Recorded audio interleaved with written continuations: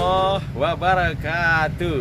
Alhamdulillah wa syukurillah. Allahumma salli ala Muhammad wa ala ali Muhammad. Halo para milenial, apa kabar? Insya Allah kita semua dalam keadaan sehat, bahagia, dan bersyukur. Bertemu dengan saya Sumartono Mulyo Diharjo dalam program Kampus, komunitas milenial yang produktif, unggul, dan spektakuler. Di tayangan ini saya akan mempersembahkan episode meraup untung besar dengan modal percaya diri. Para milenial, pemilik masa kini dan masa depan yang saya banggakan. Mengapa percaya diri menjadi modal terbesar dalam public speaking?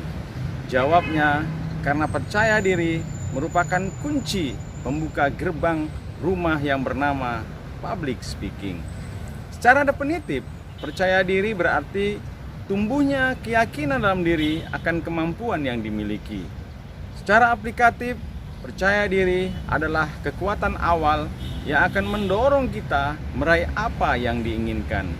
Percaya diri adalah garansi menembus pintu dan jendela kesuksesan. Kalau kita percaya bahwa kita mampu berbicara di depan publik dengan hasil yang mengagumkan, maka hal itu bisa menjadi kenyataan. Tetapi ketika kita tidak percaya diri bahwa kita mampu menyampaikan pesan-pesan ke banyak orang, maka sampai kapanpun kita tidak pernah bisa berbicara di depan umum. Inilah stimulus yang senantiasa harus kita jaga dan pelihara agar berbicara di depan umum menjadi hal yang biasa dan bukan hal yang patut dicemaskan. Penting untuk diketahui, ada 3 keuntungan bila percaya diri mampu kita hadirkan dalam diri. Pertama, percaya diri akan menciptakan sikap berani mencoba sesuatu yang baru. Saat kita berani mencoba sesuatu yang baru, maka otomatis percaya diri mengiringi gerak langkah kita. Bila percaya diri mampu kita hadirkan dalam diri kita, maka bersiap-siaplah mendapatkan hasil yang diharapkan. Berani secara kondisional berarti tidak takut pada kegagalan. Tidak takut karena ada sikap mental adaptif yang tercipta dalam diri kita, sehingga kalaupun kita mengalami kegagalan, selalu ada energi positif untuk bangkit guna menggapai kesuksesan. Tidak takut pada kegagalan berarti munculnya sikap berani menanggung resiko apapun hasilnya. Ketika kegagalan hadir, kita tidak merasa terpuruk atau larut dalam menghadapi kegagalan. Ada pengalaman serta motivasi dalam diri untuk mencoba lagi, sehingga peluang meraih kesuksesan jauh lebih besar dibandingkan bila kita tidak berani menanggung resiko. Jadi dapat dikatakan bahwa berani merupakan dorongan diri untuk tidak mudah menyerah pada keadaan. Selalu ada cara dan strategi yang kita pakai agar kesuksesan demi kesuksesan menjadi keseharian kita. Kedua, percaya diri mampu mengurangi kecemasan yang tiba-tiba muncul. Rasa cemas, grogi, bingung merupakan masalah mendasar yang selalu muncul ketika seseorang ingin berbicara di depan banyak orang. Tentu rasa cemas mengganggu keinginan kita berbicara di depan umum. Rasa cemas menjadi penghalang diri tampil optimal di hadapan publik. Ketika rasa cemas ini muncul, maka apa yang ada dalam diri bisa buyar. Sebab ada dinding pembatas yang menghadang kita, sehingga pikiran dan perasaan kita dihantui bayang-bayang kegagalan. Tetapi tidak perlu khawatir, sebab rasa percaya diri menjadi senjata dalam mengeliminasi rasa cemas yang seketika hadir mengganggu diri kita. Karenanya, penting untuk selalu menghadirkan rasa percaya diri dalam diri ketika ingin berbicara ke publik. Sebab ketika rasa percaya diri memudar bahkan hilang dalam diri kita, maka kita pun kehilangan kekuatan untuk berani tampil berbicara di depan umum. Ketiga, percaya diri mampu menciptakan keyakinan diri. Keyakinan diri adalah modal besar untuk mengembara di hutan belantara public speaking yang kompetitif. Ketika kita yakin pada kemampuan yang kita miliki, maka lingkungan pun akan mendukung kita. Tetapi ketika kita tidak yakin mampu berbicara di depan umum, maka buyarlah harapan meraih keberhasilan.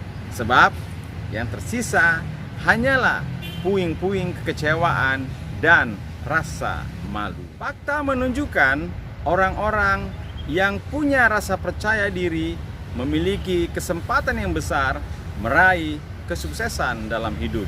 Sebut saja Kolonel Harlan Sanders, pendiri Kentucky Fried Chicken, yang merupakan jaringan restoran cepat saji berkantor pusat di Louisville, Kentucky, Amerika Serikat, dengan spesialisasi ayam goreng. Kolonel Sanders memiliki nama lengkap Harlan David Sanders, lahir di negara bahagian Indiana, Amerika Serikat, 9 September 1890. Kolonel Sanders mendirikan KFC tahun 1950 saat usianya menginjak 60 tahun. KFC sendiri didirikan karena Sanders mulai merasa peruntungannya di bidang restoran menurun. Berbekal hasil menjual restoran yang dijadikan modal usaha, Sanders menghabiskan waktu selama lebih dari setahun untuk melakukan uji coba dengan resep ayam goreng. Ia juga mencoba menjual kepada orang-orang dengan konsep door to door dan membuka warung kecil di pinggir jalan. Karena ayam goreng Sanders memang enak, usaha kecil ini membuahkan hasil. Pada tahun 1952, ia memutuskan untuk membuka restoran khusus ayam goreng dengan nama Kentucky Fried Chicken atau KFC. Restoran inilah yang akhirnya berkembang pesat dan menjadi salah satu franchise fast food terbesar di dunia. Kolonel Sanders dan KFC-nya akhirnya berhasil sukses. Meskipun saat KFC terkenal dan sukses luar biasa, usia Kolonel Sanders sudah tidak muda lagi, yakni hampir 70 tahun.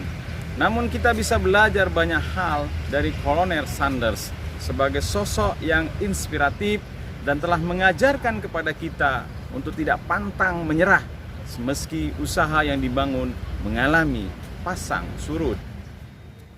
Inspirator yang kedua, Angki Yudhisthira, seorang CEO dan founder Disable Enterprise yang juga dikenal sebagai sociopreneur, yakni pengusaha atau pebisnis yang tidak hanya mengambil keuntungan semata, tetapi ada unsur sosial di dalamnya. Artinya, Angki selain berusaha juga berkontribusi dalam meningkatkan kesejahteraan banyak orang.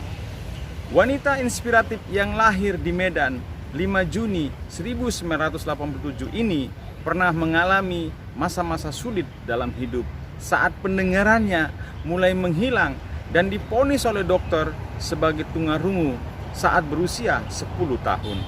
Kejadian ini sempat membuat Angki kehilangan percaya diri. Namun, berkat dorongan semangat dari keluarga dan tekadnya yang kuat untuk tetap meneruskan pendidikannya, membuat Angki justru mampu meraih berbagai prestasi yang dikira banyak orang akan sulit dicapai oleh seorang difabel. Deretan prestasi Angki Yudhisthira yang layak diacungi jempol, yakni finalis Abang None Jakarta daerah pemilihan Jakarta Barat dan The Most Fearless Female Cosmopolitan 2008, meraih gelar Magister Komunikasi 2010, menulis sedikitnya 3 buku inspiratif. Pertama, Perempuan Tunarungu Menembus Batas. Kedua, Setinggi Langit.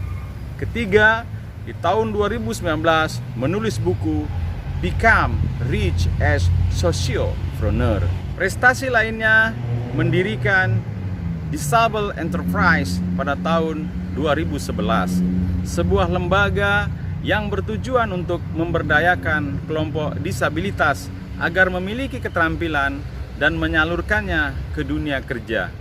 Melalui perusahaan-perusahaan tersebut, Angki menyediakan pelatihan bagi penderita disabilitas agar dapat bekerja secara profesional. Pada tahun 2017 yang lalu, perusahaan Angki menggandeng Gojek sebagai mitra bisnis. Disable Enterprise juga diketahui mengeluarkan sejumlah produk retail khususnya di bidang perawatan tubuh seperti sabun dan kosmetik kecantikan. Saat ini, Angki Yudhistia diamanahkan Presiden Jokowi sebagai staf khusus Presiden bidang sosial. Dari dua sosok inspiratif, Kolonel Sanders dan Angki Yudhistia, kita dapat memetik pelajaran bahwa usia bukanlah halangan untuk meraih kesuksesan, dan kekurangan yang dimiliki tidaklah menjadi halangan untuk meraih kesuksesan di bidang apapun. Para milenial, pemilik masa kini dan masa depan yang saya banggakan. Demikian tayangan ini. Insya Allah kita bertemu lagi di episode-episode berikutnya. Tonton terus program Kampus di saluran Smart, saluran milenial kontemporer. Bersama saya, Sumartono Mulyo Diharjo. Ayo, jadilah warga kampus yang mantap, mandiri, kreatif, dan peduli. Dari Taman Melati di Kota Padang yang indah dan asri ini, izinkan saya mengingatkan para milenial. Kita tidak bisa mengubah masa lalu, tetapi kita bisa membuat sejarah masa depan. Siapa saja bisa jadi orang hebat, siapa saja punya peluang yang sama untuk menjadi orang sukses. Tapi ingat, jangan tunggu melarat baru berbuat. Jangan tunggu sekarat jika ingin menjadi orang hebat. Kinilah saat yang tepat merintis jalan menjadi orang hebat. Ukir sejarahmu sekarang juga. Salam kampus. Assalamualaikum warahmatullahi wabarakatuh.